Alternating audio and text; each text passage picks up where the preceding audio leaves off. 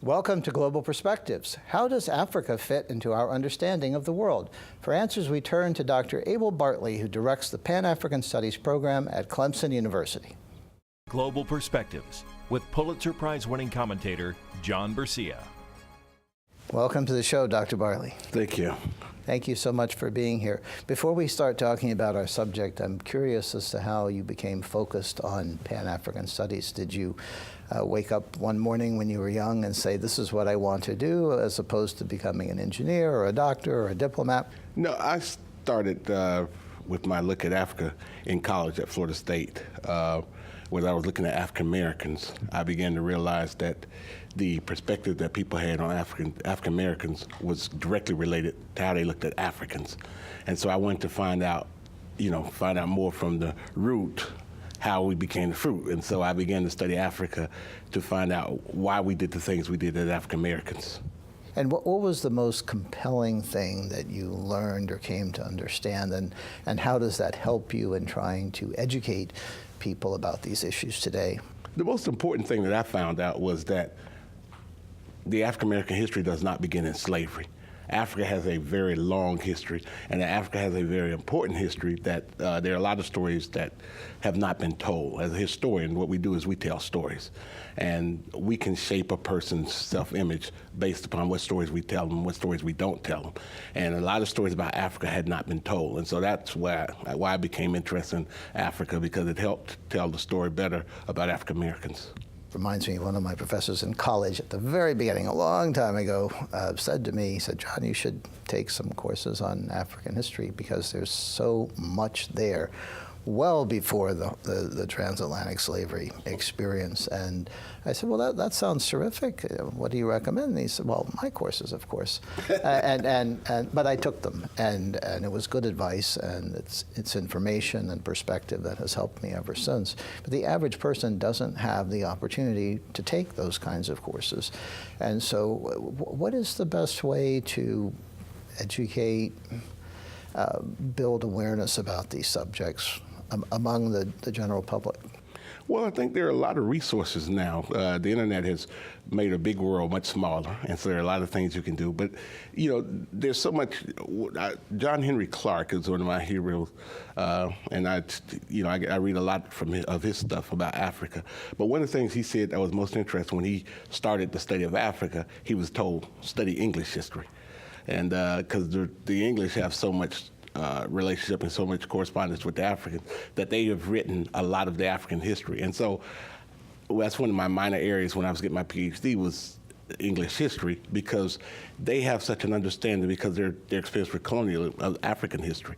And so I began to study how the English interacted with the Africans, and it brought me a much greater understanding of African culture and how Africans have impacted other parts of the world. And so I would, I would start out with, some people go back as far as Egypt. Start out with Ghana, find out a little bit about Ghana, Songhai, Mali, and those were the kingdoms of Africa just before European hegemony began, and find out what went wrong. Why did those kingdoms die out, and why is it that the Europeans came up? You had a situation where Africa was on the decline while Europe was on an incline, and those two things meet. Most people put the date at 1594 with the destruction of the University of Sankore. Others put at different dates, but I think that was an important date where Africa is on the decline, Europe is on the incline, and then at the same time, just the notion of slavery, and that's where you get this whole Pan-Africanism, where Africans are being moved out of Africa to other parts of the world. Can you help us understand, because you're immersed in these subjects, why it is that there is this impulse in human nature to subjugate others? And this is a problem we have had for millennia. Obviously, there have been peaks in the experience, and the transatlantic slave trade was one of them, but human beings seem to believe it's their right to subjugate others, and they have done this in large numbers in pretty much all parts of the world. And of course today, human trafficking, modern slavery is prevalent everywhere. Well, you're asking me to solve the riddle of the Sphinx. It's just something about human nature.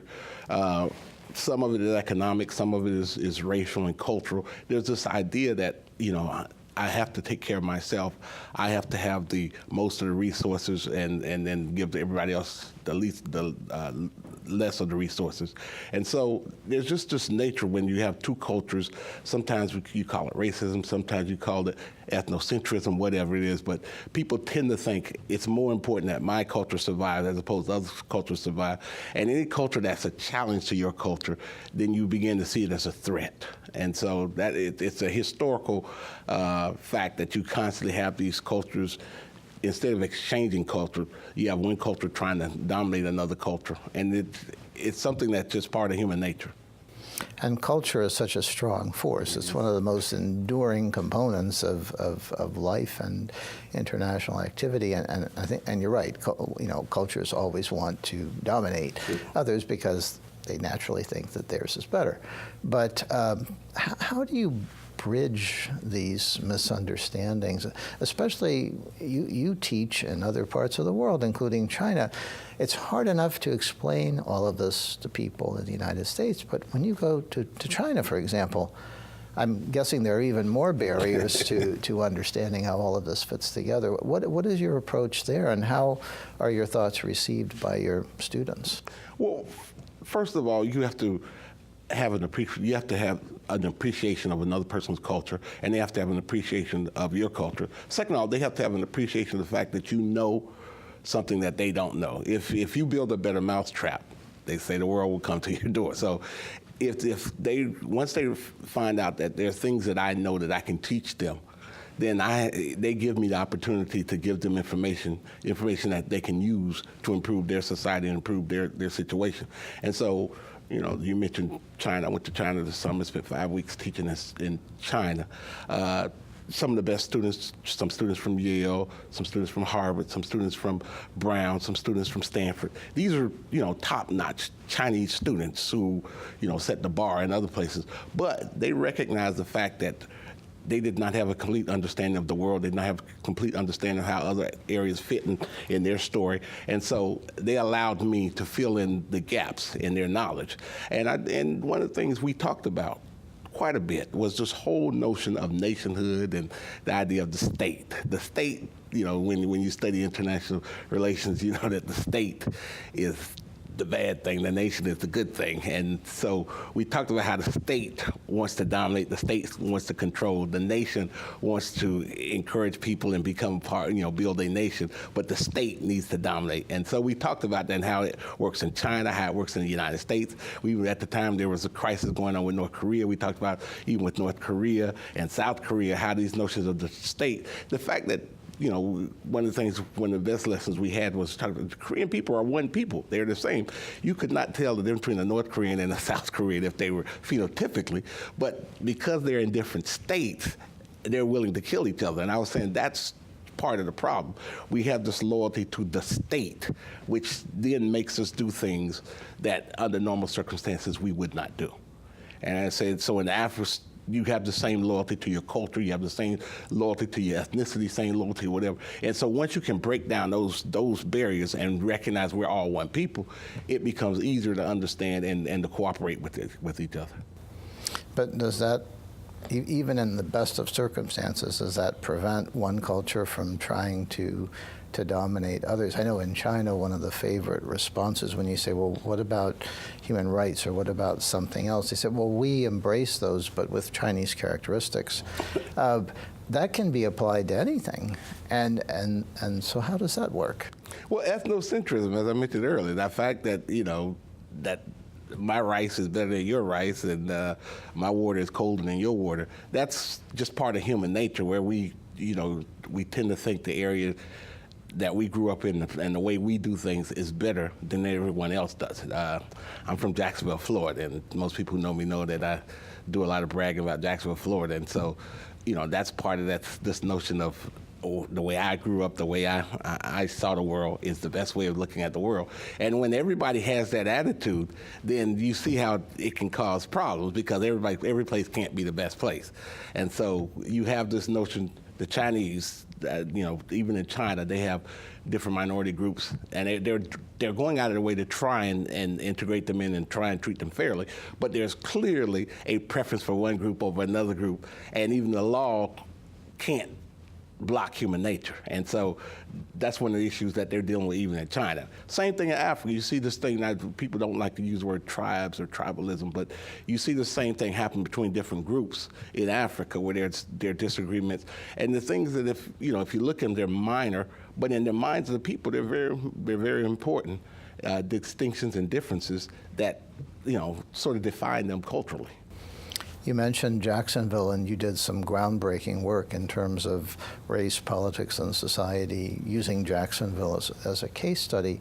Tell us a little bit about what inspired you to do that, beyond the fact that you came from there. There was obviously a need to study the subject.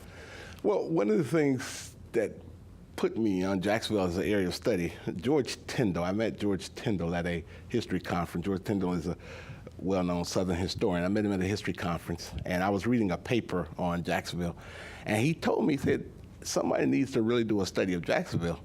And I asked him why. He said, well, when you look at its significance to the South and the people who came out of Jacksonville, he was wondering why hadn't there been more research on that city. And so I was from Jacksonville, and a lot of things I didn't know until I got to college and began to research it.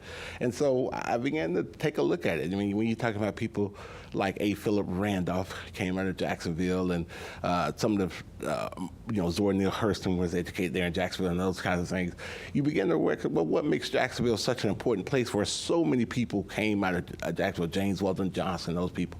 And one of the things that set Jacksonville apart was education, that they had a high school, Stanton High School, one of the best high schools in the state of Florida at the time. They also had, Jacksonville was a majority black city for most of its period up to about 1920. And so you had this economic base, you had the social base. Jacksonville's politics was dominated by African Americans up until about 1906 when the state stepped in and got rid of local government, and then they appointed leaders for a while. So Jacksonville was a unique place in that, it was a place where African Americans had the opportunity to flourish and grow. And so I looked at this period of how is it that African Americans at one period were dominant in Jacksonville, lost that dominance, and then came back into political power. And it was to me a very important story, because Jacksonville is one of the largest cities in the state of Florida, population-wise. It is the largest city in the United States, land-wise. And a lot of people don't know that, but absolutely true. Yes, and it's a place that, people tend to try and figure out where does South Georgia end and North Florida begin, because it's a weird combination of South Georgia and North Florida. It has some of the values of Florida. Florida has this notion of exceptionalism. Every state has it. It wasn't quite part of the South because of the immigration, the migration, and other things. But in a lot of ways, Jacksonville is a very conservative place, but because of the military and other things, but in other ways, it's a very progressive place. And so I was trying to put these two things together because they produce such incredible people who have gone on to change the world. When you talk about someone like A. Philip Randolph and his impact on labor, when you talk about someone like James Weldon Johnson and his impact on the NAACP, and when you talk about people like Zora Neale Hurston getting her education there, you try to figure out why is it? What made that area so important? And so I began to look at it. And then the politics of Jacksonville, where you have a city that by 1967 was 42% African American, where they had no one on city council. You recognize that that wasn't going to stay forever. And that's why we did city consolidation, sort of to block Jacksonville from becoming a majority African American city. But it also allowed this period of growth. Now, this covered a period of time from the 30s to the 70s or something like that? From 1940, I went from 1940 to 1970. 1970. Yeah, so I looked at, and the reason I started 40, because that's the period with Smith v. Allwright, where the white primary was being dismantled and African Americans were getting the opportunity to vote in the Democratic Party. And so once that happens, African Americans now have an opportunity to shape politics.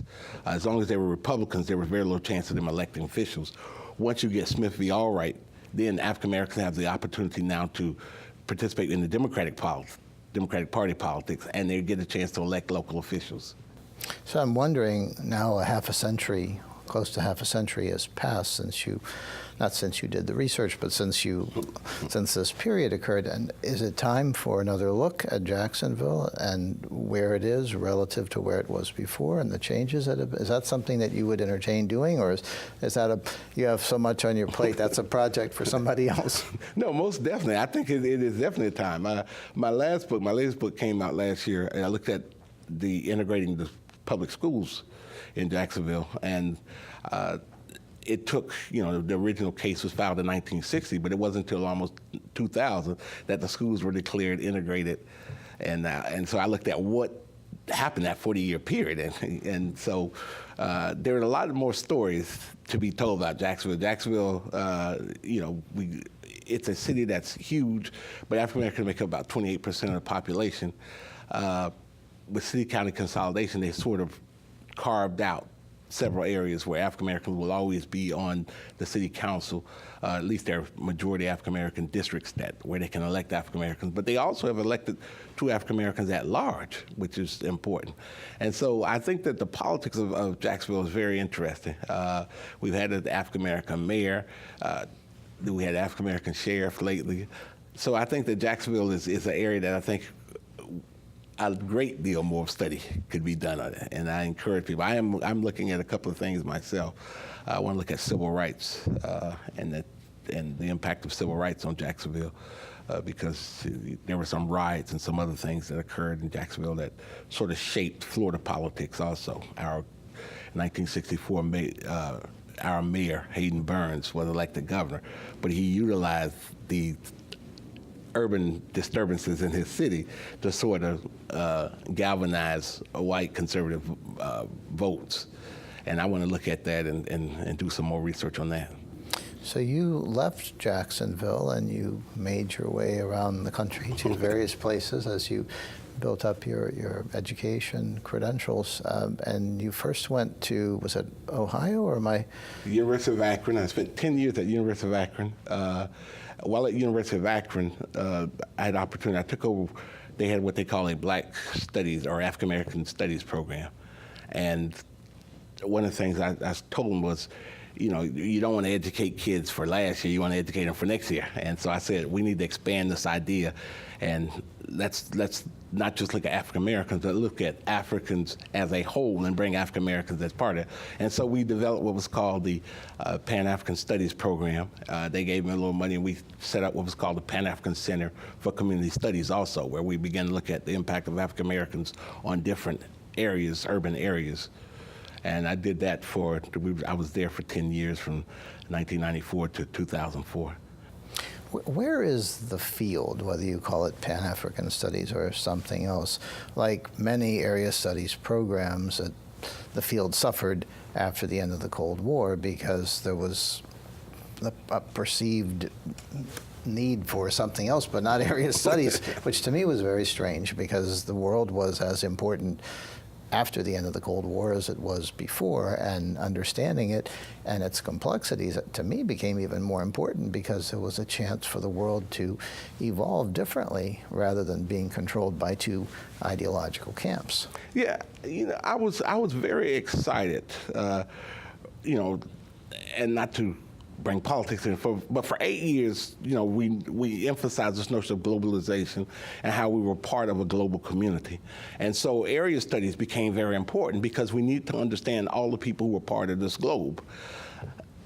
Lately, there's been a retrenchment that we've been going backwards, and now people, you saw it in England with Brexit, saw it in America with America First, and those things, where people are beginning to de-emphasize this fact that we're part of a global community, and instead saying, I'm just going to be concerned about my neighborhood. And so area studies, I think, we're in a conflict now, and it's going to be interesting to see where we move.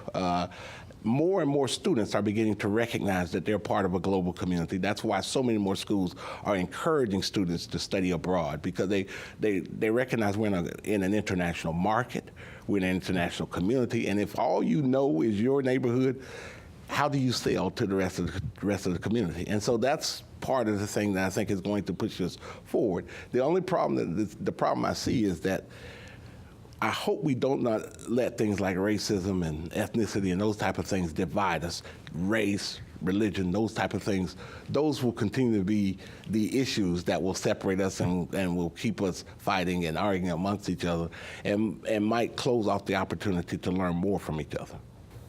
And we've always had those issues, Yeah. but today we have the capability through the internet and social media to understand them so much more. And it's kind of ironic that we seem to be having more trouble now than we've had in quite some time, but maybe that's just part of the modern human condition.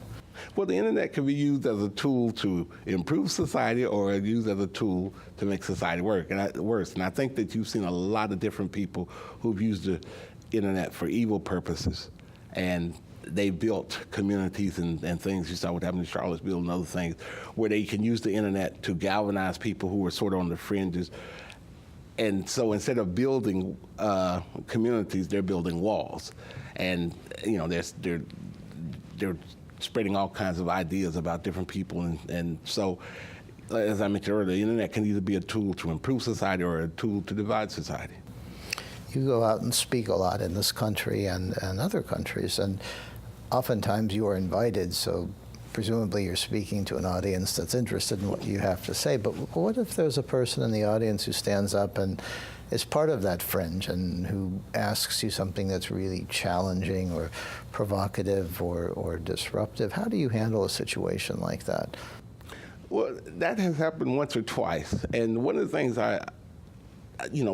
that I think is very important is this whole notion of communication. Tell me how you see the world, and I'll tell you how I see the world. We can't, sometimes we're going to agree on how we see the world, sometimes we're going to disagree on how we see the world. But the one thing that I always demand is that if I have the respect to allow you to present your side, give me the respect to allow me to present my side. And so that's that whole notion of free speech. Allow me to communicate to you, you communicate back to me. And if we agree, if we can come to some common ground, that's a good thing. If we can't, then at least let's leave saying, okay, I see his perspective, and he sees my perspective. And we don't have to be enemies. We can just have different perspectives and still be friends.